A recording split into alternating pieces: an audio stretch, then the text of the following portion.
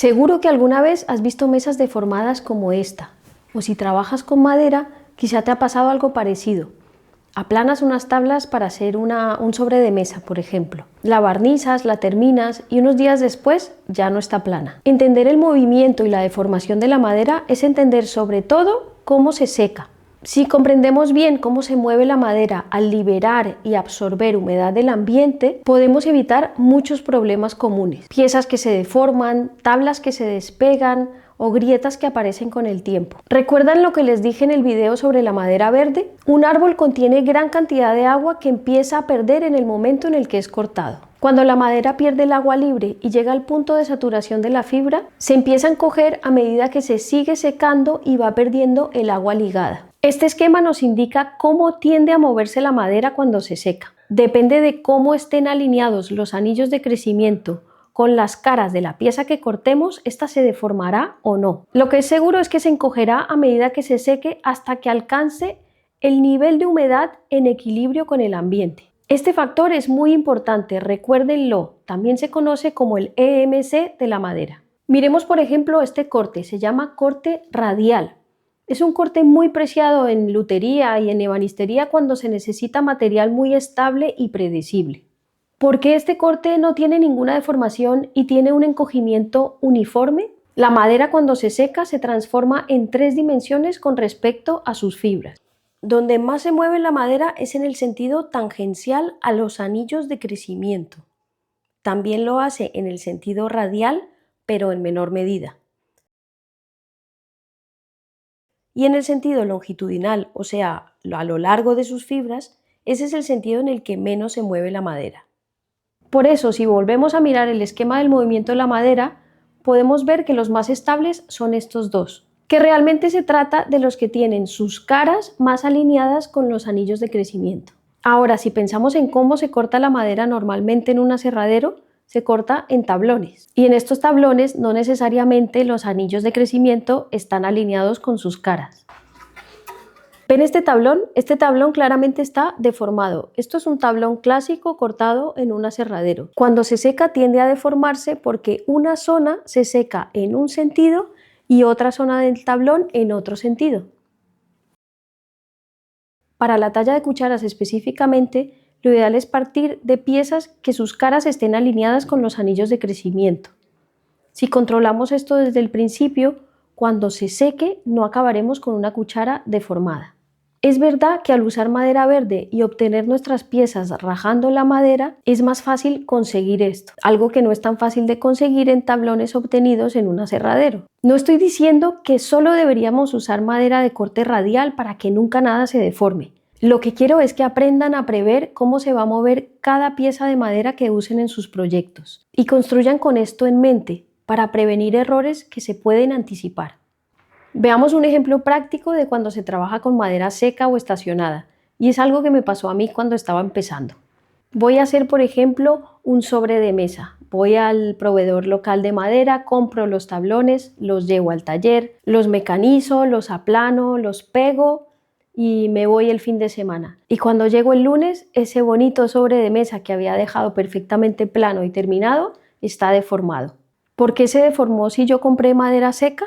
Volvamos a algo que mencioné al principio del video, el factor EMC, que es el nivel de humedad en equilibrio con el ambiente. Este es el porcentaje de humedad en el que se considera que la madera está seca o estacionada, o sea, cuando deja de encogerse, siempre y cuando esté en equilibrio con el ambiente, porque este dependerá de la temperatura y de la humedad relativa del ambiente en el que se encuentre. Al comprar estos tablones los compré secos, ¿verdad? Estaban estacionados y en un punto de equilibrio con el ambiente. ¿Pero qué ambiente? El ambiente del lugar donde los compré. Al llevarlos al taller y cambiar la temperatura y la humedad relativa del ambiente, la madera se siguió secando y se deformó. ¿Qué podemos hacer entonces? Solo mecanizar la madera cuando alcance el EMC, cuando llegue a ese punto de humedad en equilibrio con el ambiente. Y si el proyecto terminado va a viajar a otro lugar con otras condiciones de temperatura y de humedad, tenemos que construir con eso en mente. Esto hace 300 años no importaba tanto. ¿Por qué? Porque el carpintero del pueblo tenía en el taller madera que había cortado su padre, su abuelo, y llevaba muchísimo tiempo secándose lentamente en el taller. Es madera que estaba perfectamente estacionada y al terminar el mueble seguramente no viajaba fuera del continente, se quedaba en el pueblo o en pueblos cercanos. Además, seguramente esa madera había sido cortada en el momento indicado del año y había sido secada lentamente en las mejores condiciones. Ahora, ¿qué pasa? Que cortan un árbol en Asia o en Norteamérica, lo secan en hornos muy rápidamente, luego lo importan y viene a Europa y lo trabaja una carpintería de Barcelona, pero ese mueble acaba en Madrid.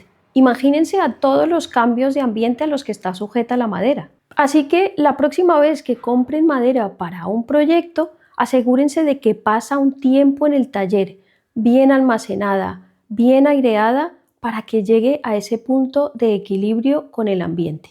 Ese punto más estable donde ya es seguro llevarlo a la medida final. Y siempre ten en cuenta que la madera seguirá moviéndose siempre y cuando cambie ese ambiente. O sea, si vivimos en un lugar con estaciones, de invierno a verano la madera seguirá absorbiendo y liberando humedad. Y se preguntarán, ¿cómo sé que la madera ha llegado a ese punto de equilibrio con el ambiente y puedo empezar a trabajarla para minimizar esa deformación? En la descripción del video les dejo un enlace a una calculadora en la que pueden ingresar la temperatura del lugar donde se encuentran, la humedad relativa del ambiente y les dará un porcentaje en el que debe estar la madera. Este porcentaje sería el punto de equilibrio con el ambiente. Obviamente depende de cada especie, es diferente, pero lo que hace esta calculadora es darles un aproximado. Ahora, ¿cómo sé que la madera está a un porcentaje de humedad o a otro? Yo tengo este aparato, es un aparato que lee la humedad de la madera. No les voy a decir que se lo compren, no es necesario. Yo lo uso porque trabajo mucho con madera verde y necesito saber específicamente los niveles de humedad, sobre todo cuando voy a hacer uniones importantes. Si no tienen el aparato o no saben en qué porcentaje de humedad está la madera, no pasa nada, simplemente tengan en cuenta lo que les dije antes. Nunca mecanicen madera recién cortada ni la lleven al tamaño definitivo. Dejen que pase un tiempo en el taller, entre más mejor. También es buena práctica mecanizarla a un tamaño ligeramente más grande que la medida definitiva. Dejar pasar unos días para que la madera se mueva si se tiene que mover y luego sí llevarla a la medida final.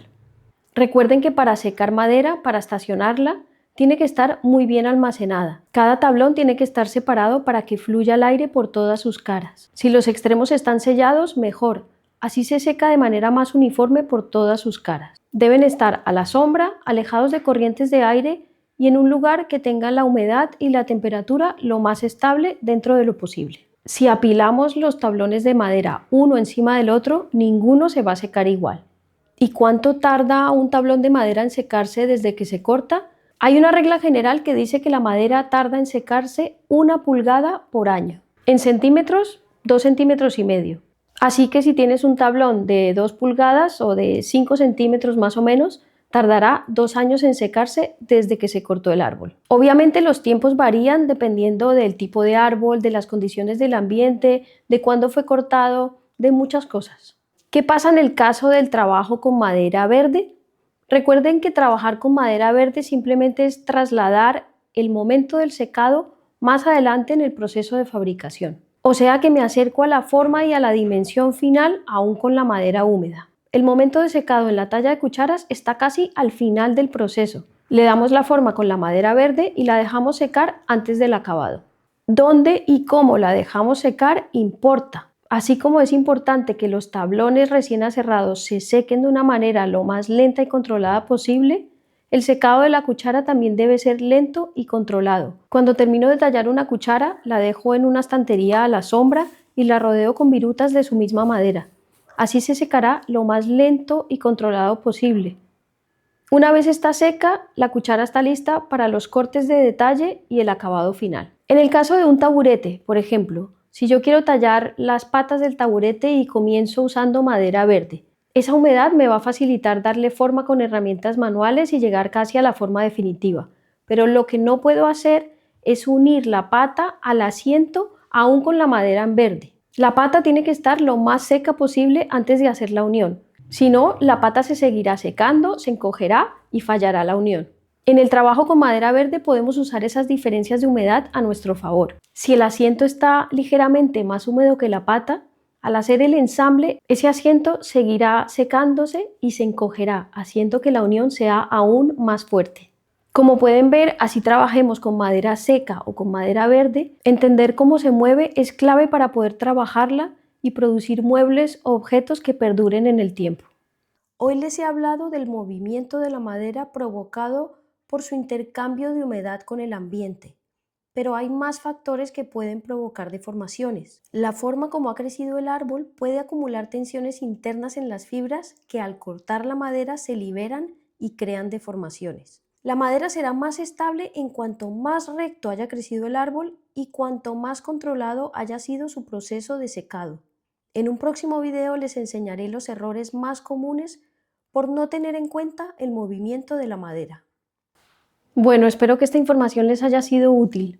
Muchas gracias otra vez por pasar este rato conmigo en el taller. Cuéntenme en los comentarios si alguna vez les ha pasado que se les deforma algo que han terminado. Yo creo que es algo que nos puede pasar a todos, pero ahora ya tienes el conocimiento para prevenirlo. Recuerden que para apoyar mi trabajo pueden darle me gusta al video, dejarme un mensaje en los comentarios y seguir el canal. Nos vemos en el próximo video. Un abrazo.